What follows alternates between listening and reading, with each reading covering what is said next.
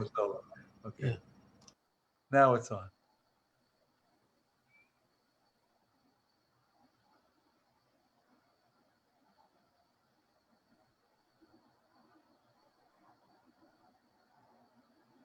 No, Naftali, you're on mute.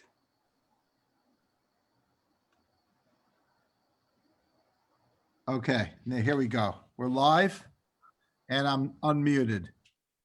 We're good? All right. Just to quickly recap what we did last week, or at least just to catch us up the last page or two.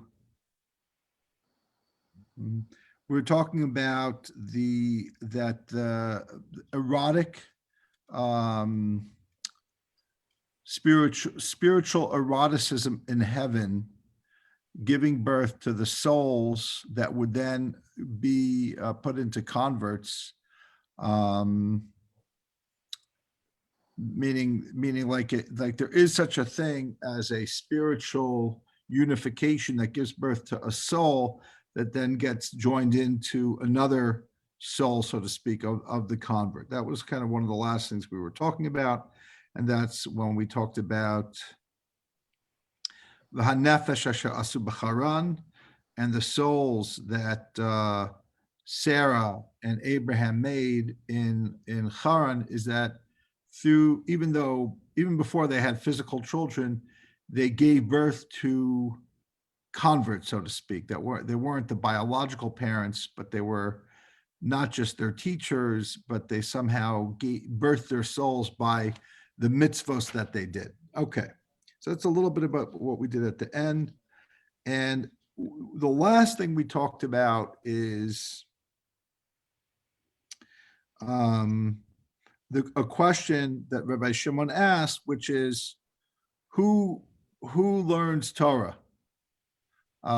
Is it just men or is it the women in heaven? And the answer basically is that men and women both have the opportunity to go into their respective heavenly palaces, yeshivot, and each one to study Torah in their particular place. In some instances, there's this idea of aliyah l'regel, of going up to the temple, the spiritual celestial temple, which is unique to the men, but that has something to do with women as well. Today, what we're going to be talking about is something we briefly touched on last week, which is the idea of the tzaddik viralo, a righteous person who suffers. We know that I brought down the Talmud and Brachot that says that is what Moshe was asking when he said, "Let me see your face." And so obviously this is, if that's what Moshe didn't know and he wanted God to reveal that to him, it's a deep mystery. And some of that is going to be revealed to Rabbi Shimon Bar Yochai and his companions. And the idea of the tzaddik viralo, like the answer to the tzaddik viralo, is usually a piece of a puzzle. And the piece of this, and in truth, according to one of the opinions of the Talmud Brachot, he actually wasn't told the secret. Moshe wasn't told the secret of the tzaddik viralo. He might have been told some partial answer, which is to see God's back, but not his face. So, anytime we talk about tzaddik viralo, why a righteous suffer, it's important to understand that even in the Talmud, which tries and grapples with this question, as does the Zohar, you have to understand any answer as not the answer. It's just like some element, like what could be the silver lining with somebody who doesn't deserve this bad thing to happen? What can they gain out of it? In this case, it really is this concept of like suffering that helps a person live more consciously, like reveal something good about them. Perhaps it creates empathy. That's a person very important to me, suggested that perhaps the purpose of things not being fair in life is that if everything was just and everything made sense, there would be little room for compassion and empathy, because you would just understand that that person had it coming to them because they did something that deserved that response, and there's no reason to have empathy to them. So in that vein, we'll start this section of the Zohar. We're also then going to talk about, again, this thing about men and women a little bit, and then we're going to talk about humility, and we're going to talk a little bit about the Song of Songs.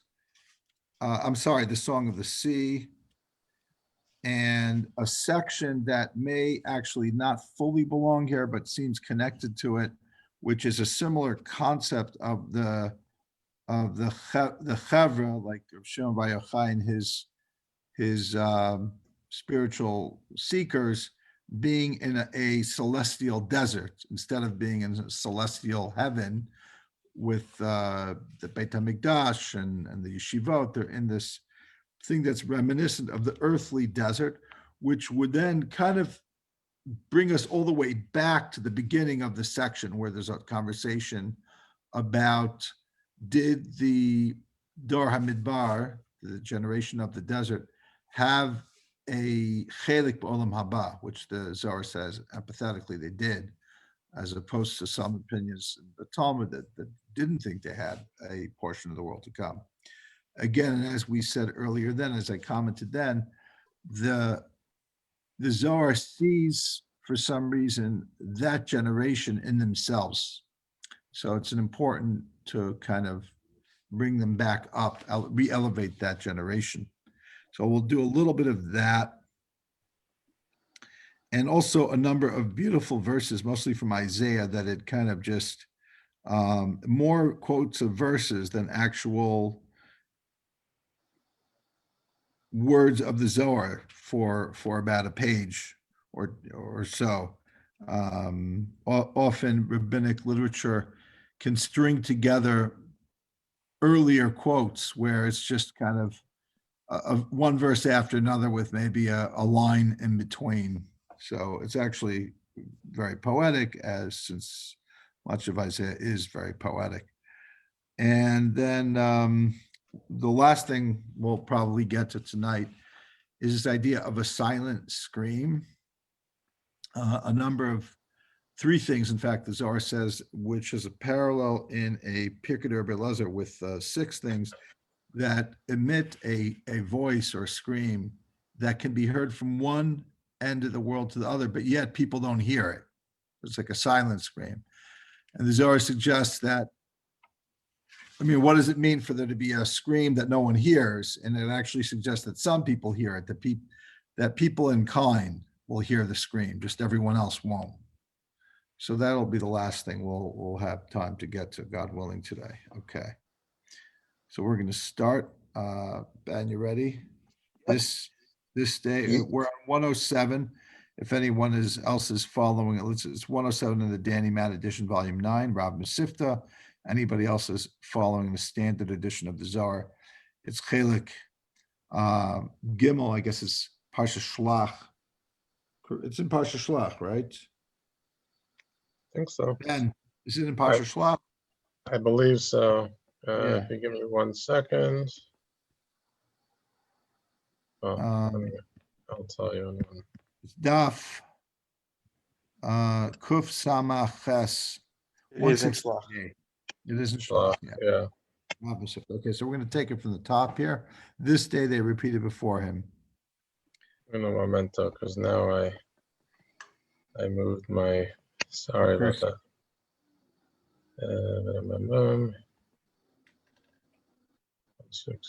I think he's been eating jumping beans. I have to tell everybody that this is water, just in case you think I'm drinking wine all the time during this year. I just love this silver cup because it gets the water nice and cold. Okay. Not that there's anything wrong with a little bit of wine. It's just I haven't made it to the liquor store lately. Okay. Yomada Ahadron Milin Chadatin Kami Rav Mesivta. Al Razan Atikan. Not sure. It sounds very No. similar. This day they No, repeated well, before him new words about ancient mysteries. yeah, it's not It's exactly. not exactly it. Keep going. I wonder if we're back.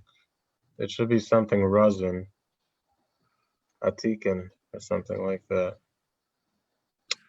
Oh, well, maybe, well, what? Say that again. Maybe I'm just have a different. Yomada Yeah, Ahadron read another line. Tzaddik V'Tovlo Yeah. Tzaddik V'Rala. Yeah, we're at the same Okay. place. Yeah, Okay. it's just in a word or two that's different in the additions. A righteous man who prospers and a righteous man who suffers, etc. The Kulu Salkin go Maskala de Ilana ad lo Yesim Alma. They all mount the scale of the tree before coming into the world. Ukafum Taklo de Maskala. And according to the balance of the scale, so is their fate in this world. Hachi Islam Bahai Alma. Rav Mesivta Nachas Okay, so Vigali. before we go any further, there is this one answer that's repeated here. It's stated it many times. I don't know how many times, but a number of times in the Zohar. Danny Matt will probably give us some other places in the Zohar that has this idea. We actually did it together in one of the earlier shiurim on, as we did, I think last week as well. We mentioned it, that there's this idea that, you know, why bad things happen to good people and good things happen to bad people. It has to do with when you were born, what the sephirotic kind of equilibrium of the universe was at. If it was at a place where there was a lot of din, so then the people born under that time will experience harsh realities, and vice versa. If it's a time of chesed, the people will experience much chesed. Truth be told, it's not a very unique view. I think there are plenty of other religions who have a similar view, where it's just like they call it mazel or fate or something like that, and we call it the great tree of the sfirot. Okay, we could try to explain why ours is unique and different, which is fine, but like I said, that's only one part of a puzzle. Even here, it's going to go quickly into another direction. So let's keep going. The head of the academy descended and revealed. Rav Mesivta Nachas Vigali Mimada Shama La'ela. Milachad Some Gali of what he had V'Loyat. heard above. Because again, even the Rav Mesivta, there's like a correspondence above him. He's the head of the academy. He's not the highest of the high. So he's the highest within that framework, but there's all these different levels, right? So he descended. Well, I guess he descended. It could also mean that he descended not into his regular place. He descended lower than his regular ascent, more ascended place, and revealed some of what he had heard above, disclosing one matter and no more. Adilo Salik Nahore Yevachun Beva Anhir. Wood, whose fire, he translates it as light, but in reality, light meant fire then, right? You're lighting up the wood. The light who does not ascend, let them strike it or break it, right? You'd have to chop, think of like a log. If you can't get a log to light up on the fire because it's too big, you cut it into splinters, you cut it up into pieces, and then the chips will light up. Gufa de lo Salka Be Nahora de Nishmasa. Yevachun Be. A body in which the light of the soul does not ascend, let them strike it. In other words, yeah. Sometimes a person is too much ego, so there's just the light of the soul doesn't penetrate them. The consciousness is just like, it's only focused on ego things. So having a little bit of a breaking of the self, of the ego, opens it up for the light to get in.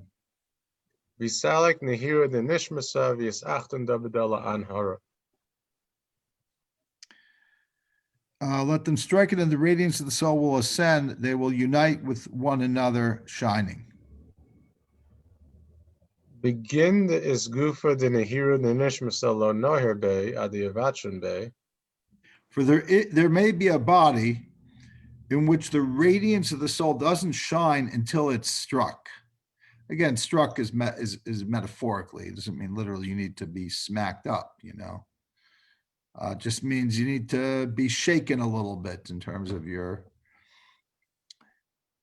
the self-control you govern over all areas of your life that you think that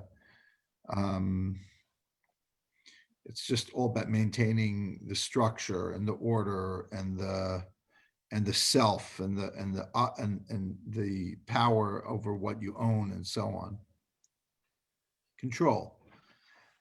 Kidain nahir nehiru de nishmasa vis achta begufa begufa achad ba. Then the radiance of the soul shines and she's united with the body and the body with her. So there is this concept where when the body gets too powerful, so for example, one of the powers might be pleasure. One of the powers might be money. One of the powers might be control. One of the powers might be anger. Any one of these powers that the person becomes leans into them too much. Let's say the person leans into too much pleasure. So when what's wrong with pleasure? It's not that the Torah is against pleasure, that the Zohar has something, it's trying to take all pleasure away from it. It's just afraid that in the pursuit of the pleasure, the tactile pleasures will be so concrete for the person that they're going to miss out on the more subtle soul pleasures. It's like somebody who's involved in the pleasure of lust will lose out on the power of love.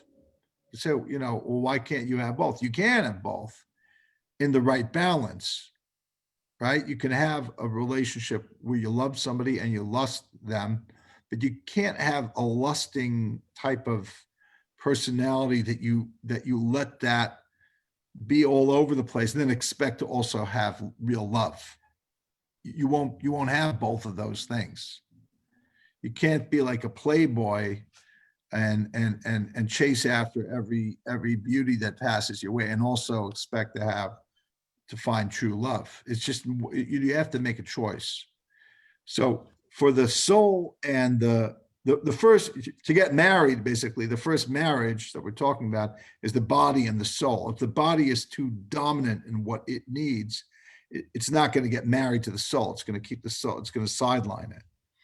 So then what needs to happen is the body, I say the body, it doesn't just mean the physical body, it means the identification with the body and the pleasures of the body, or the ego level of body that we're talking about, needs to be shaken up for it to see past its own self, to get into this relationship, to become more united with the soul. Sorry, Okay. can I just, I just arrived where I need to be. Can I just ask what page we're on now? 107. Thank you.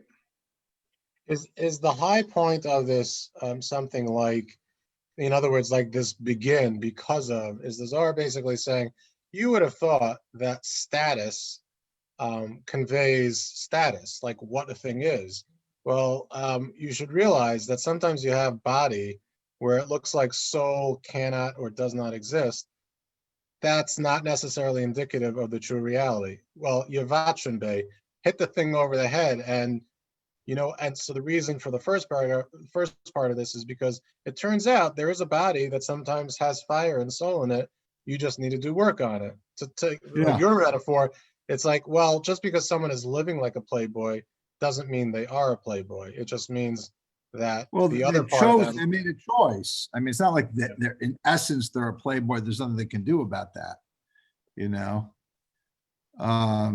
The playboy can, I think there's this guy who wrote a book about how to be a player, like how to pick up women.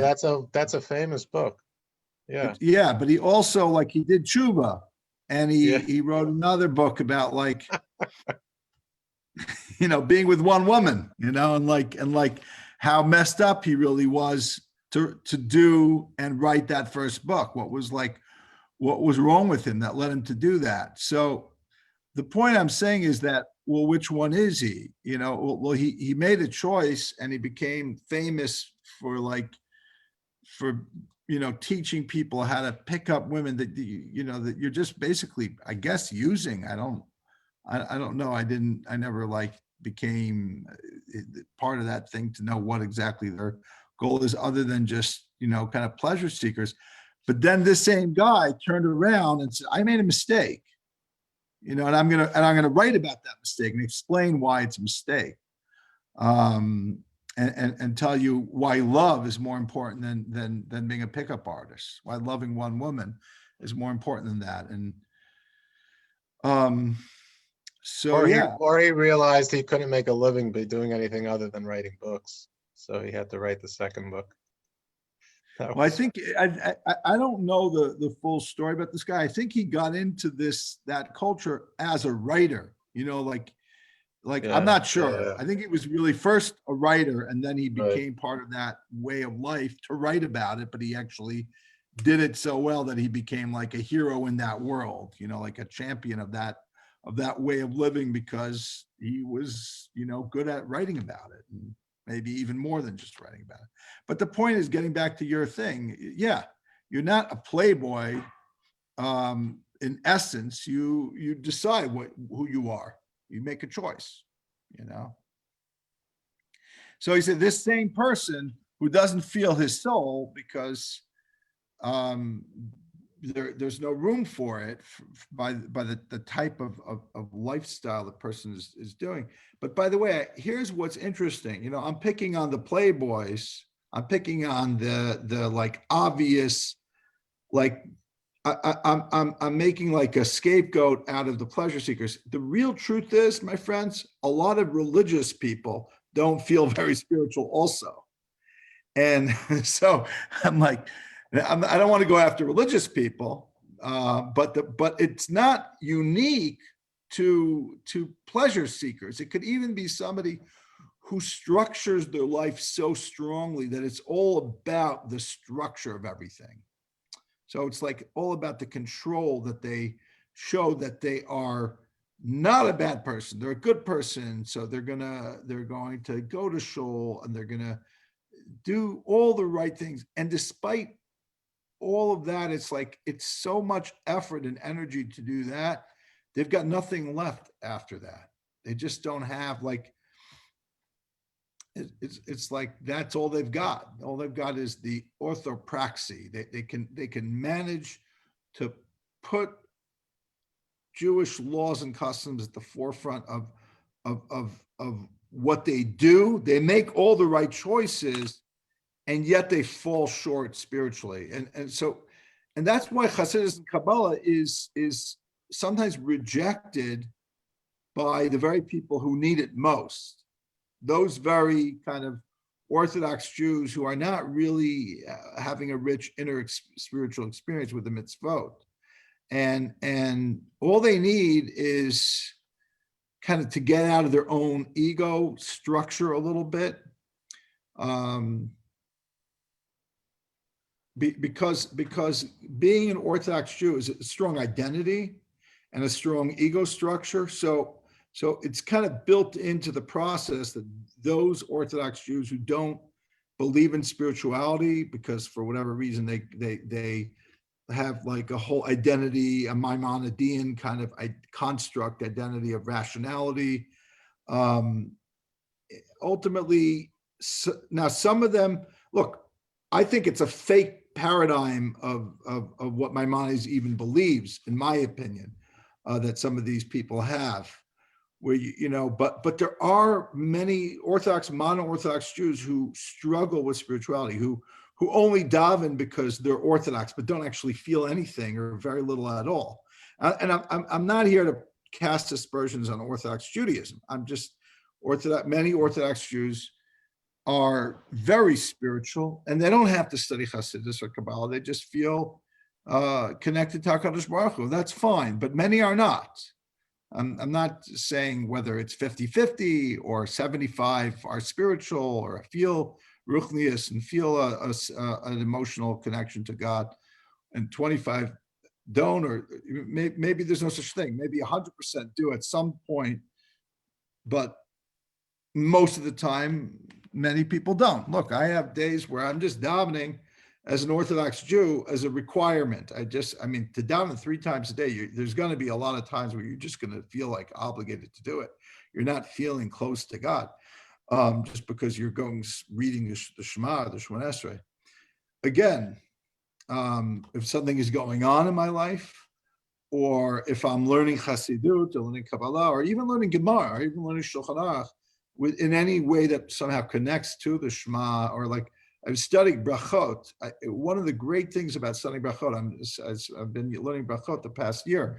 One of the great things about studying brachot is that it's really helps me to daven. I don't think it'll help me daven my whole life, but while I'm studying it, it helps me to daven. It helps me to bench. It helps me to say a bracha, not just like halachically to know what to do. It does that as well, but to feel it, so I don't, and that's from Gemara. So I don't think being a halachic Jew is inherently a non-spiritual endeavor. It just, for some people, it's harder. So anyway, with that in I mind. think that's why Musar ended up like being so disliked for a while, because I mean, look, you're just supposed to do dapim. I mean, what are you complaining about? Just turn over, just do another daf. Don't do anything else. What do you mean there's a meaning to this? There has to be a spirituality. You have to feel something. You have to be ethical. It's about basically just doing halacha. Like there's no greater purpose. Yeah, I think that's why Musar. But the funny thing is, but Yossi, the funny thing is, and I'm with you on this, but the funny thing is that if you do halacha, you inherently would be ethical and you would be spiritual. But I'll tell you one little anecdotal thing about growing up in a less Orthodox place, Berkeley, California, until 1980, and then moving as a young kid into a more Orthodox community in Los Angeles. And the first thing I experienced is that as the kids, my class was, and I'm very good friends with them till today. They were out of control, wild, and I was like, but they were much more religious, but they had like much less respect for the teachers, for one another, and it just struck me as like, what is going on here? Like the dichotomy between coming from a school, the Hebrew Academy of San Francisco and the Hillel Academy of Oakland, where the kids were just the nicest, best kids. Most of them were not Shomer Shabbat. I don't know how kosher they were, if they were kosher necessarily, and yet they had derech eretz, So one theory I had is like, you have kids, they've got bigger families than on average than the more liberal Northern California families. So the teachers may or may not be as well trained, but more than any of those factors, what I thought it might be is that you're taking an 8, 9, 10-year-old kid, and you're reading them like Kitzur Shulchan Aruch of all these things that you have to do. They can't really do all of those things.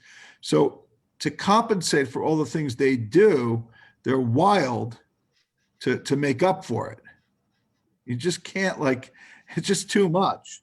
So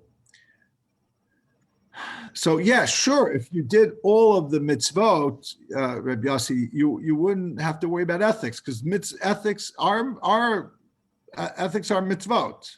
Not to steal, and to be honest, is part of mitzvot. You don't have, but it's sometimes like, it's just so much of it that it's like not practical for somebody who's getting started, and they're getting overwhelmed. They have to pick and choose. They're like, well, I'll put on tefillin, but I don't know. I won't be careful with the IRS because I can only do so much. So, that's what happens. And it's always a balance.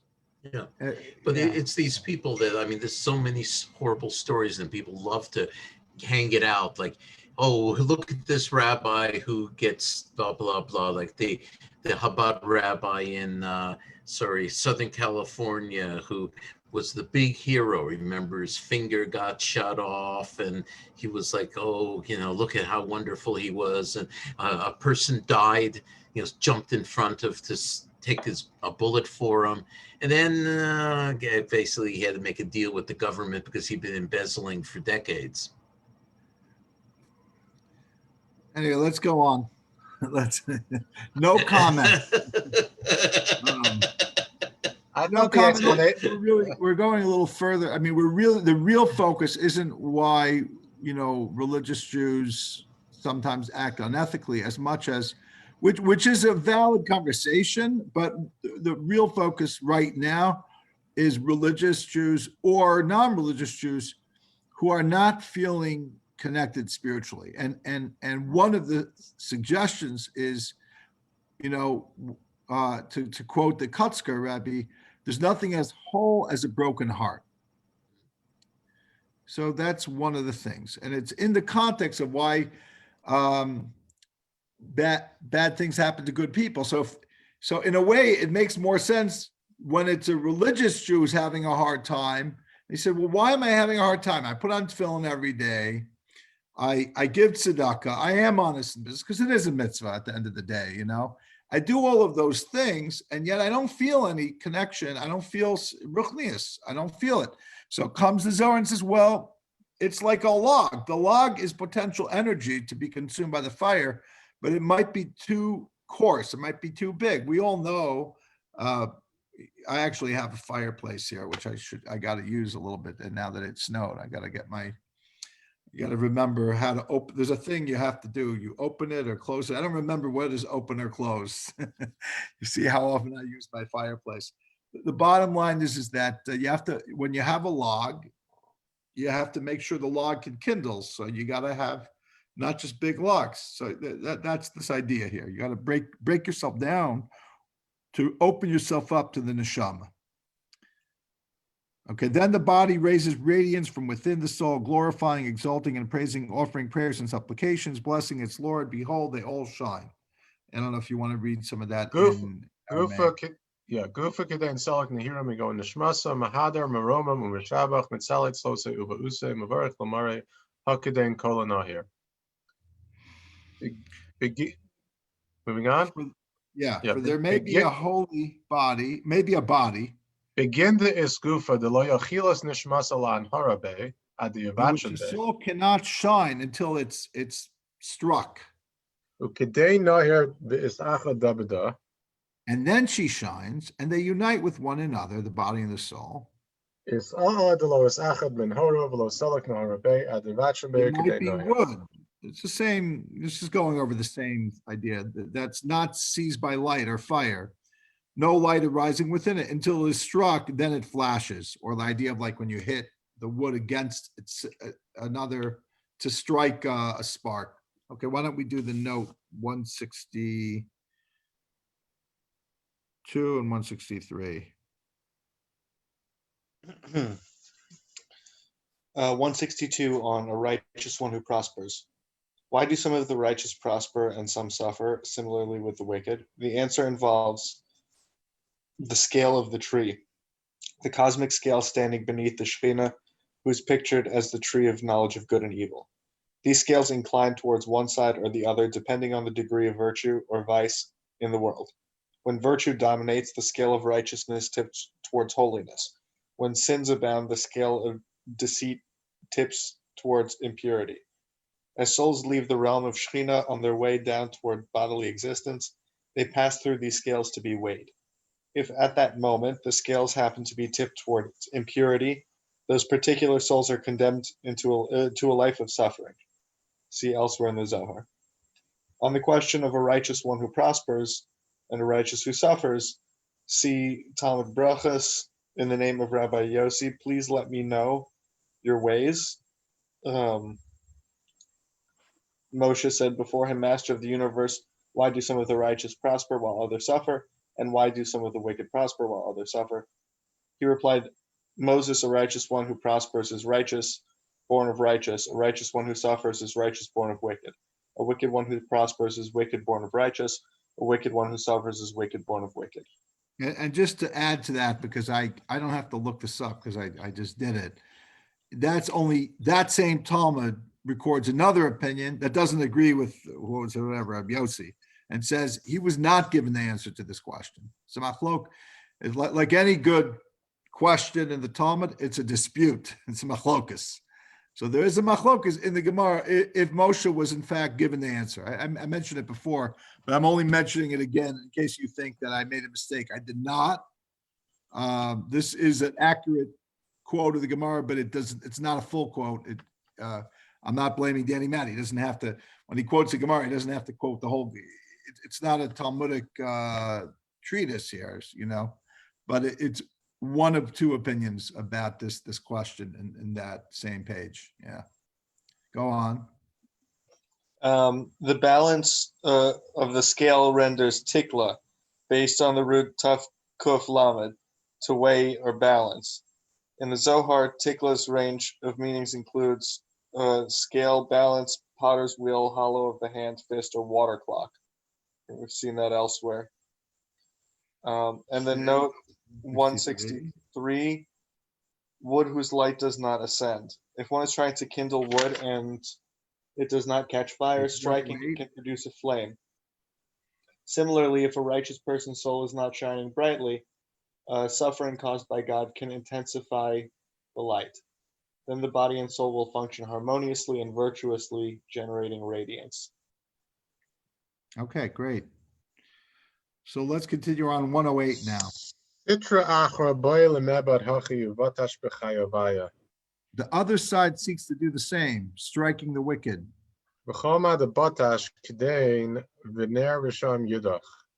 Yet as much as he strikes, the lamp of the wicked is extinguished. So here's an interesting question. First of all, the Zohar is already warning us. Don't think that because there is a remedy for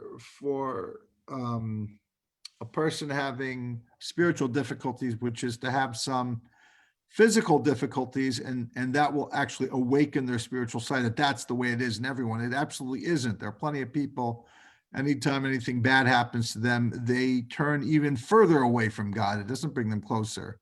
So now this is hard to say that those people are wicked. No, that's not true, by the way. I think there's plenty of good people who have a hard time with religion, usually because the people claiming to represent the religion, religious parents, teachers, rabbis, have let them down. So I'm not claiming that the Zohar has a catch-all answer for bad things that happen to people who don't get closer to God as being, oh, they were bad people anyway. But it's a partial thing here. It's a partial, like, again, all of this is pieces of a puzzle.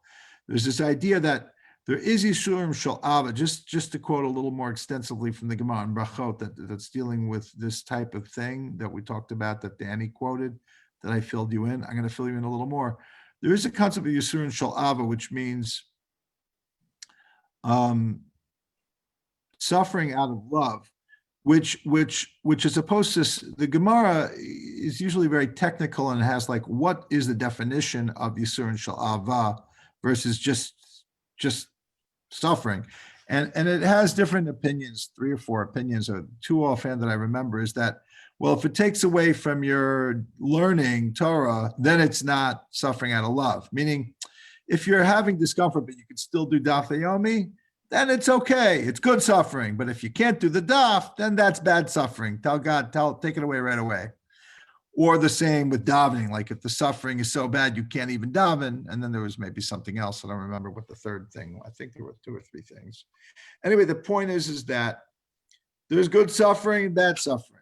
Of course, for most of us, there's no such thing as good suffering, but there's suffering where we can look back after the fact and say, you know what, I got something out of that.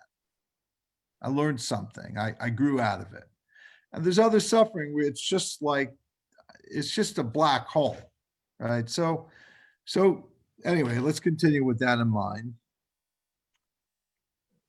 Mecharef umegadev umegad. 1 second, am I in the right place here? Yeah, you are. Mecharef umegadev lachol citron v'lo yachil an haraklal. So it reveals in Christus an old side cannot shine at all. That is written for Kimeho adam what sheyavo man achrei is there melech. that can follow the king? Ubail is damele v'lo yachil. He seeks to imitate him but cannot. Ba'al Thus, zeh, Hashem yeah, tzadik yivchan. God tests the righteous, Uvatash bei ukidei nahir v'takaf b'nehiru. striking him and then he shines. Strength by the light. Test is Yivchan a tested stone in Isaiah Yivchan 28. kemodat omer evan bochan. Okay, so again, it's interesting because there's an idea that the other side likes to be like the good side. So just like God makes people have a hard time, it also likes to have people have a hard time, but the outcome is not the same. As opposed to God, whose testing is like when you crash test a vehicle to ensure its safety. Okay, let's continue a little bit more. Rabbi Shimon bent down and kissed the dust. Gachen Rabbi Shimon Menashek la'afra Amar Mila Abasar Chudishna. He said, "Oh, word, you I have pursued since the day I came into existence. Miyoma dahabina v'hashta ishtamoda li Mila Mikosharasha And now the matter is revealed to me from root and source of all." So basically, he's learning something that Moses got or didn't even get. So this is like, wow, these words, it's like what words these are. This is amazing. My whole life is about trying to figure this out. And now it's revealed to me. So in a way, you could say he's the modern day Moses, the hero of the Zohar, who reveals this question of the tzaddik v'rala, why the righteous suffer. Okay, he said to him, "O Rabbi, Amalei, a Rabbi, Katzalkan la'ela kol inon ruchen dechurim v'nukvin sounds v'huzimna." better when it's O Rabbi, or I Rabbi. The When way all they those have it spirits, vowelized, it's iribi, but I yeah, don't. It's very it's weird. not Rabbi, I'll tell you that. When all those spirits, male and female, ascend on high, Shaman milan chadatin ba'atikin. at that time they hear new and ancient words.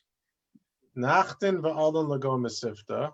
They descend and enter the academy. So there's a very poetic, like kind of, oh word, oh Rebbe, spirit, male and female, ascend, near and ancient, descend and go in. It's a very like poetic paragraph here. I repeat the words from the head of the academy. Bahadran mila kamera mesivta v'iu olaflon mila al kiyume. And he teaches them each word firmly. So there's this concept of like repeating. When you hear a Torah being given, you repeat it back to the person who taught it to you to make sure that you heard it properly. So here they are not just learning, they're also repeating it back. And he teaches them each word firmly, whatever that means. Meaning it's this kind of this or yashar or chazer, like this just kind of light that's going back and forth. It fits in very beautifully with this kind of prose. When they ascend, they strip themselves of the garments. Katsalkin mispashin malbushein v'salkin kadnachte mislapshin And they malbushein. go up, and they ascend. And when they descend, they clothe themselves in the garment of that body. Because basically, the garment that you're in, it's almost like if I fly into space, I can't go in like this. I need a spacesuit. So I got to get rid of whatever elements I'm in. I need to have the right clothing. So if I'm going into a more ruchniistic world, spiritual world, the vessels or the garments that my soul is clothed in can't go in there. So I leave them behind and they're waiting for me to come back into. This is a very much, the Ari picks up on this theme and expands on it quite a bit. Let's Zev, why don't you read notes 164 through 166. 164 on the other side seeks to do the same. Trying to imitate God, the demonic other side brings suffering upon the wicked person in order to increase light for his own benefit. But the wicked one's character dooms both him and his demonic patron to darkness. The verse in Ecclesiastes now implies that the other side cannot match the divine king. The other side is sometimes described as Adam Belial, a worthless man. See elsewhere in the Zohar. Through testing, the righteous are strengthened, as implied by the phrase a tested stone. The full verse in Psalms 11 reads, Hashem tests or examines, probes the righteous, but the wicked and one who loves violence, his soul hates. The verse in Isaiah reads, see, I lay in Zion a stone, a tested stone, a precious cornerstone, a sure foundation. 165, a word, Rabbi Shimon has always yearned to understand why the righteous suffer, and now he's extremely grateful for this word of wisdom. Yeah. Yeah. Okay. So let's continue. Where are you up to? Oh, you one more, 166. 166. Yeah. He said to him, the spiritual messenger tells Rabbi Shimon that both the male and female spirits ascend on holy days to the celestial Garden of Eden to hear the new and ancient words of Torah. Then they descend to the academy in the earthly Garden of Eden and repeat what they've learned before before the head of the academy. On the phrase new and ancient words, see an above note. When the souls ascend, they strip themselves of the garments befitting the earthly garden, which are garments of that body, namely the ethereal body in which each soul is clothed. Above, Rabbi Shimon had asked, women in that world, are they privileged to ascend on high, or what is their status there? The spiritual messenger went on to describe the various palaces reserved for women in the afterlife. Eventually, he informed Rabbi Shimon that on holy days, only male souls appear before God, but now he explains that both male and female souls ascend to the celestial Garden of Eden to hear new and ancient words of Torah. Above, the companions learned that on holy days, female souls approach Miriam, delving with her into divine mysteries. Below, the spiritual messenger informs Rabbi Shimon that whenever male souls ascend, female souls ascend to the palaces reserved for women. Okay, so a little almost egalitarian, but not quite, but close. Closer than the actual world was at that time, that's for sure. Okay, we talked a little bit about that last week, so we're gonna just continue on to page 109. Oh, Rebbe. Okay. Rebbe, Kamachadet Mila Migo Rav Mesivta. How joyously new are words from the head of the academy. Zaka Iuman the Azar Garme Bahai Alma. Happy is the one who diminishes himself in the world. Now we're going to talk a little bit about humility. Kama the Ihurav Ilo Bahu Alma. How great and lofty he is in that world. I think there's a Gemara that says in that world, there's Olam Hafach Ra'isi, somebody who came back, talk about afterlife experience. Somebody came back from that world and said, I saw the opposite of this world. Whoever was high or arrogant in this world was low there, and whoever was low there was elevated above in the higher world. And then they said, well, what about the rabbis? What are they like? He said, they're exactly the same. They're not better, they're not worse. They're the same way there as here. I was like, okay. I guess that's because you could think maybe it's not so good for the rabbis in the next world because some of them are kind of arrogant, So, okay. The same. But it's a play on that a little bit. Another midrashim like that about the importance of humility in the next world.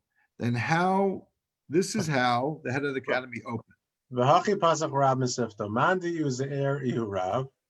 One who is small is great. Umandi Ihurav Uzeir.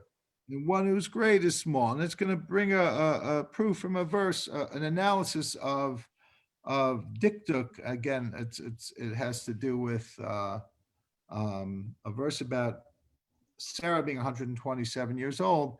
And we'll see, it's not, it's kind of like, you know, it's not such a strong proof, but it's a playful proof, you know? It is written, Sarah's life was 100, right? The pasuk says, Yuchai Sar Mea Shana ve'esrim Shana ve'sheva shanim shnei chaye Sarah. I believe that's the verse, right? I don't know if correct me if I'm wrong. But it's going to say 100, and we translate it as years, but technically it's year in singular. That's the way Hebrew works sometimes. But when it comes to the 7, it's 7 years in plural. So that's what he's going to comment on, that the smaller number is really considered greater than the bigger number because it's about humility. Okay, go ahead and read that with me. Right. 100, Sarah's life was 100 shana, years, a year. 20 shana, years, and 7 years. 100, which is a big, great number, is written alongside shana, a year, singular. Reduced to a minimum of years, 1. 7, which is small, is increased. Go ahead. As it is written, 7 years. Anyway, that's the proof because it uses the word shana singular by 100 and shanim plural by 7 to show us that what's the 7 is more significant because 7 is a lot less than 100. So anyone considers himself a 7 as opposed to 100 in their own value importance is probably actually greater. In other words, a person who thinks of themselves as less is spiritually bigger than the person who thinks of themselves as more.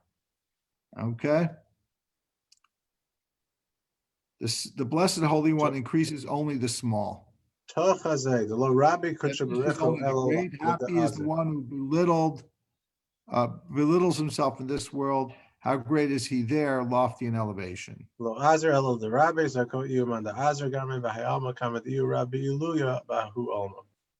Great. Okay, we'll read, Zev, read 167, please, because the next piece is, it's not a perfect flow into the next piece. 167. Yeah. How joyously new. The spiritual messenger conveys a teaching from the head of the academy, illustrating that one who humbles himself in this world is exalted there in the world that is coming, and vice versa.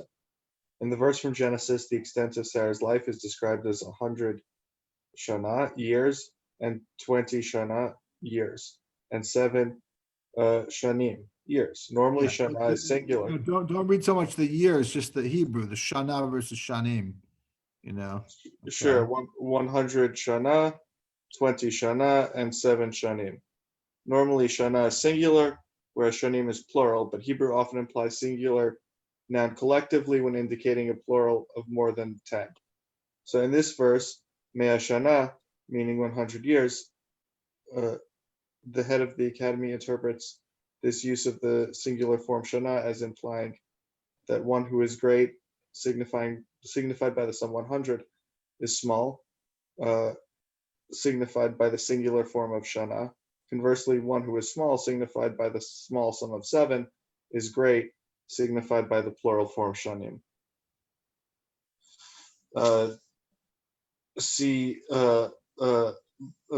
Baba Messiah in the name of Rabbi Yirmiyah. Whoever belittles himself for the sake of the words of Torah in this world is magnified in the world that is coming. And then the phrase joyous new renders chadatin, new, but the author may be playing on the root chadi, to rejoice. On new words, see above notes. Okay, great. Thank you, Zev. Okay. As I mentioned, this seems to be a little bit out of place. It has a connection, as we'll see. Okay. Shamu shirasa diyama bakol neimu de la shama miyama disbariu.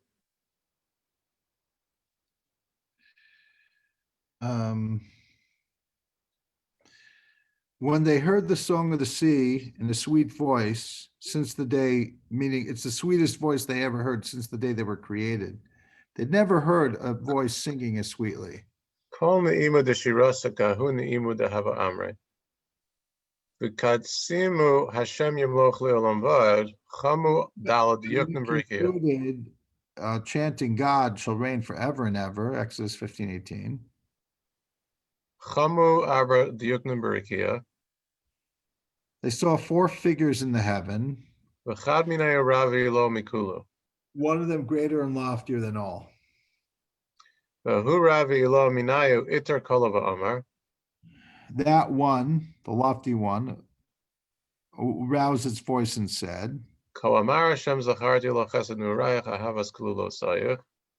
thus says God, I remember the devotion of your youth, your love as a bride, how you followed me in the desert in the land unsown. First love, Jeremiah 2:2.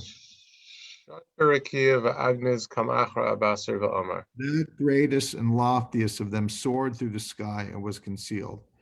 Okay, let's do note 168, which is going to the end of 109, and we'll go on to 110. Go ahead, Sav. 168, just then they heard. This passage extending below to the next pages is another, or is apparently a separate narrative fragment about some of the companions who are walking through a celestial desert. See Or Yakar and Mikdash Melech. The song at the sea celebrates the miracle of the splitting of the Red Sea and is included in the daily early morning service. See above note, which talks about that. The verse from Jeremiah describes the generation of the desert, on which see also an above note. Great. Okay, we're on top of 110 now. V'hu ravi lo minayu itar kol va'amar kom. Okay, sorry. Shat b'rikia v'agnes kam achra abasir va'amar v'holachti ivrim b'derech lo yadu v'nesivos lo So one of yadu. them soared through the sky and was concealed. Another one rose after him and said, I will lead the blind by a road they do not know. Siyem v'shat b'rikia v'agnes. I'll keep going.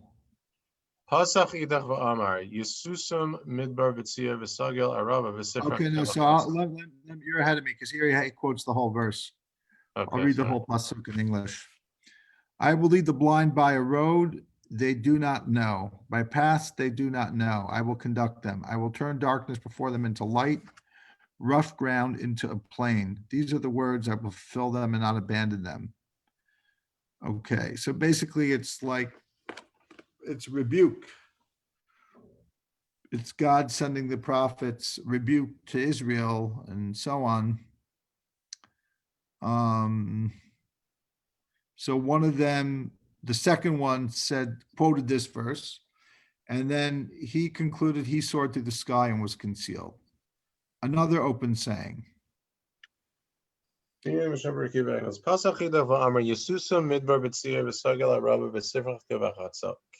arid desert shall be glad, the wilderness shall rejoice, and shall blossom like a rose.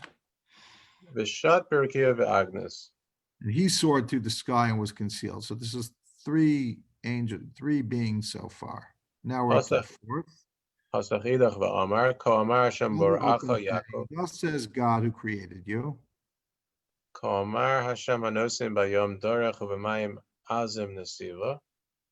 Jacob, who formed you, O Israel, fear not, for I will redeem you. I have called you by name. You are mine. Thus says God, who makes a way through the sea, a path through the mighty waters. I am about to do something new. Now it will flourish. You will perceive it. I will make a road through the wilderness and rivers in the desert. The beasts of the field will honor me, jackals and ostriches, for I provide water in the wilderness, rivers in the desert to give drink to my people, my chosen.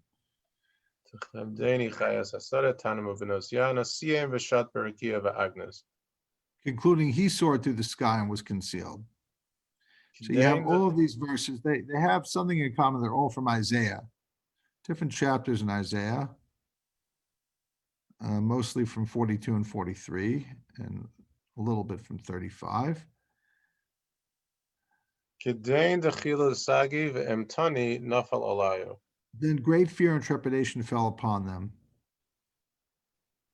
When daylight shone, Kahar nar yamama kala itar kimilakadmin va'amar. a voice was aroused, O nation, mighty as a lion, Ama takifa ka'arya gibaran kinamarim hova yukar lamarechon. powerful as tigers, render honor to your Lord. Dichsev al ken yechabducha am oz v'gomer. Therefore, a mighty people will honor you. Shamu kol. They heard a voice of legions, Shamu kol chelin umishirion dahava amre. saying, yours, O God, are the greatness, power, and the beauty, and the victory, and the splendor. Yes, Adumaromam al kol bracha all usahila. that is in heaven and on earth. Yours, O God, are kingship and preeminence above all. Wealth and honor proceed from you. You have dominion over all. That is 1 Chronicles chapter 29. We read some of that, or if you're Sephardi, apparently all of that every morning. It's great stuff. It's got the seven sphere of chesed through malchut in it. L'chash and agdula is kindness, is vura, tiferet, v'anetzach v'ahod, kichol is yisod, l'chash mamlacha is malchut. I'm pretty sure that's in the Zohar, translate the 99% sure that's Zohar. That brings that in the context of those 7 sefirot. It's so rare to get like such an explicit call out of the spheros. Yeah, it's one of the best verses in terms of sefirot. And yeah, I mean they have to still, it's kol is interchangeable with yesod. Interesting because gdula actually was often chesed. They literally, many Kabbalists called chesed gedula. I wonder if it had a lot to do with this pasuk and other pasukim, Gadol Hashem Amhulam. Oh, there's many verses about God's gedula, but this is one where it does kind of line up very nicely. Correct. Okay, let's read another few lines, and then Zeb, you're gonna do some heavy lifting. Yeah, but the truth. Yeah. Sorry, Yes. Robert, can I just say the Sure. truth is that like the word netzach, it's got multiple meanings. It could mean victory, or it could mean endurance, or it could mean infinity. It's got a number of applications to it, given different situations. Yeah. And so gedula and hesed, or gevura and din, that they all have a little bit of different connotations attached to them. Yeah, they do. But it's not just like the idea of gedula being chesed or somewhat interchangeable is not just like here and there. It's very prominent in early Kabbalah. In fact, so prominent that I think it was called gedula in the beginning before they caught on to chesed, I believe, if I'm not mistaken. But yeah, there are these different words, and there's a lot to talk about what the differences are in terms of, let's say, gedula and chesed, or yesod and kol, or are they exactly the same, or the kol is illuminating why yesod is an inclusive attribute that includes, chesed through hod in it.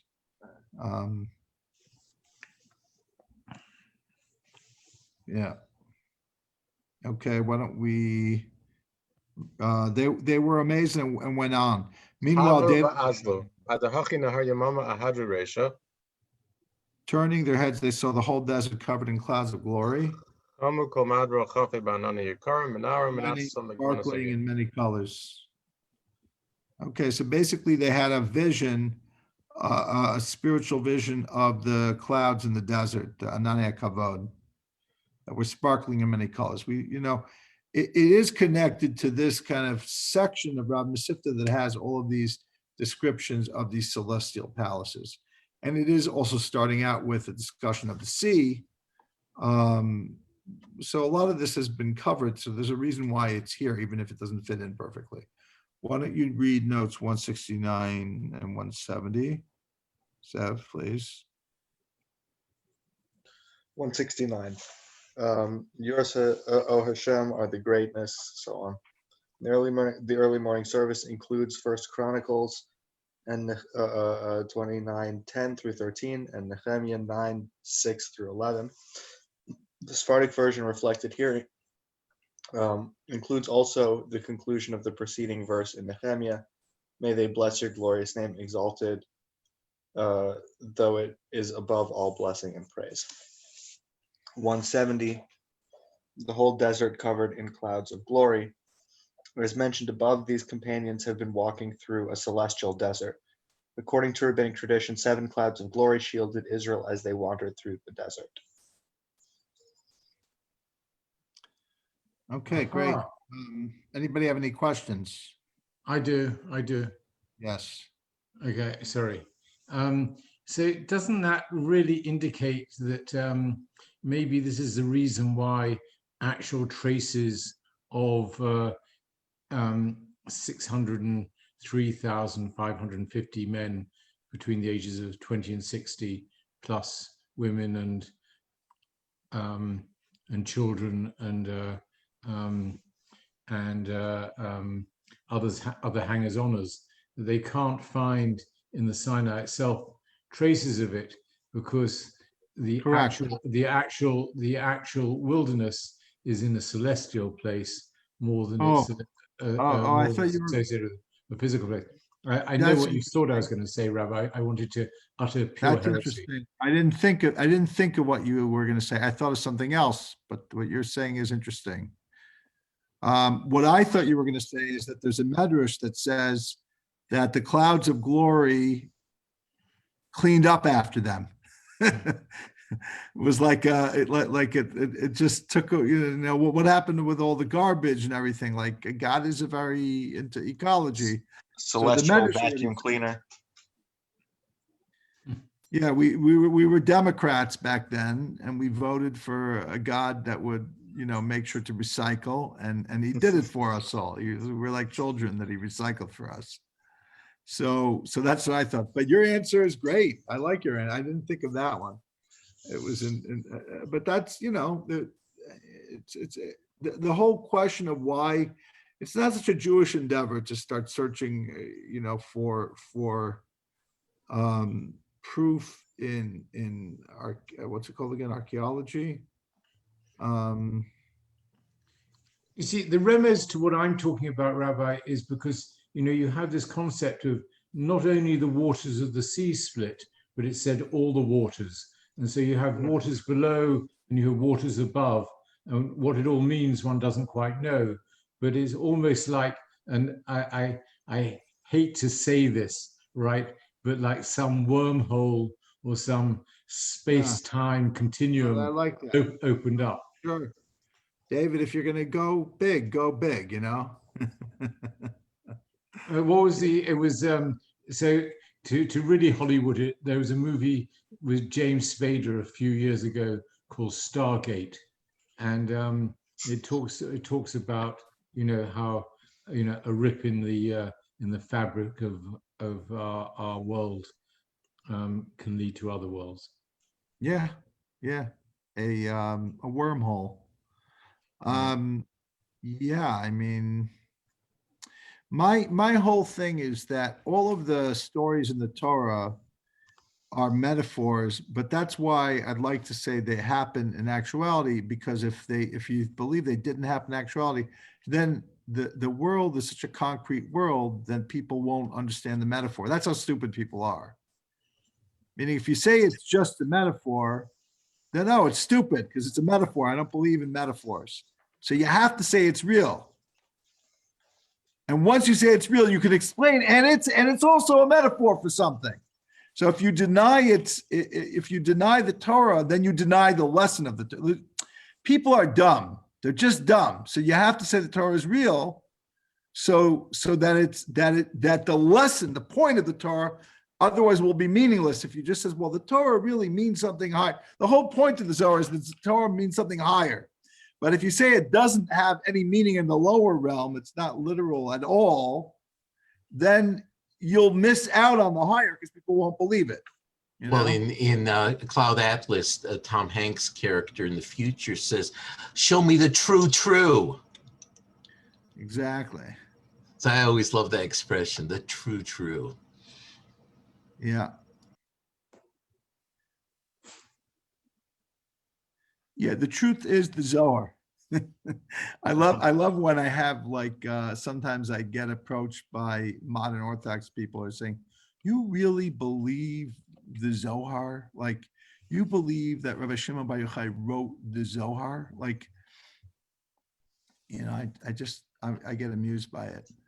I'm like, It's irrelevant who wrote the Zohar. If you read it, like you see that it's genius. It doesn't matter who wrote it. It's like the whole like kind of focus on kind of this historical approach to Judaism, this scientific approach to Judaism. It's so childish because it's not that history and science have nothing to teach us, but that it's beside the point. It's not how to learn. It's like having telling a story instead of saying, "Oh, wow, that's a story." It's starting asking 1,000 questions about the story. It's a story. It's like you don't ask questions. There's a Hasidic saying, what's the story in Yiddish? Something we don't ask a question on a story, right? So like, you don't approach religion with a tool of some other technique that has nothing to do with what the whole religious impulse is about, and start analyzing it from that perspective. It's an insult. It's a deconstruction of something. It's not the way it's meant to be studied. You can do it all you want, but just be honest about what you're doing, you know?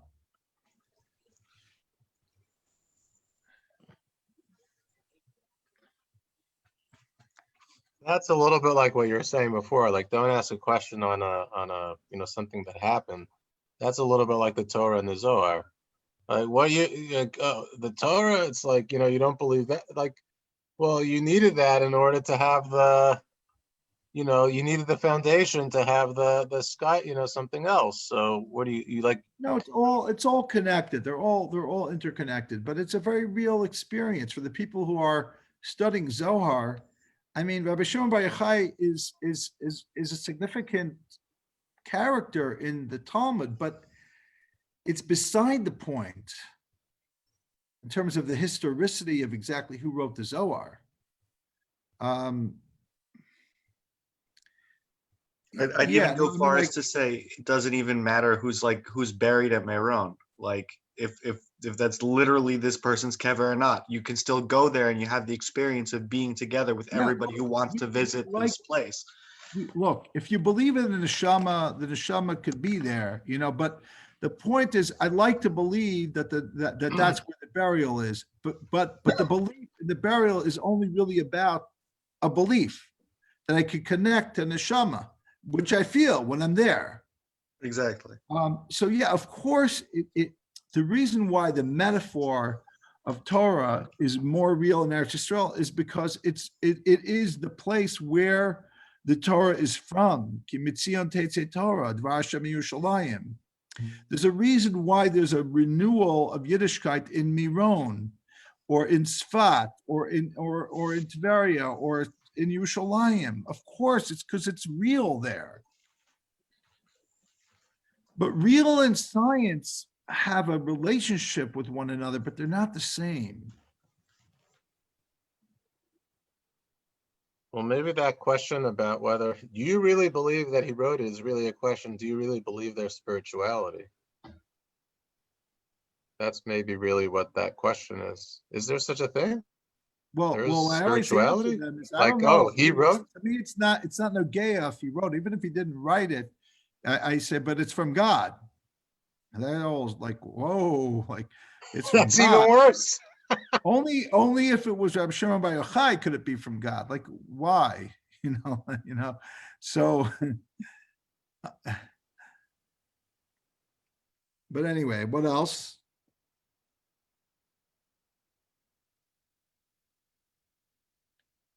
Oh, it's Hanukkah coming tomorrow. I saw that tonight is the yard site of Abraham Abulafia. Ah, beautiful. Hanukkah is coming. We got to get ready for Hanukkah. So Hanukkah is beautiful. I don't know when we're going to do.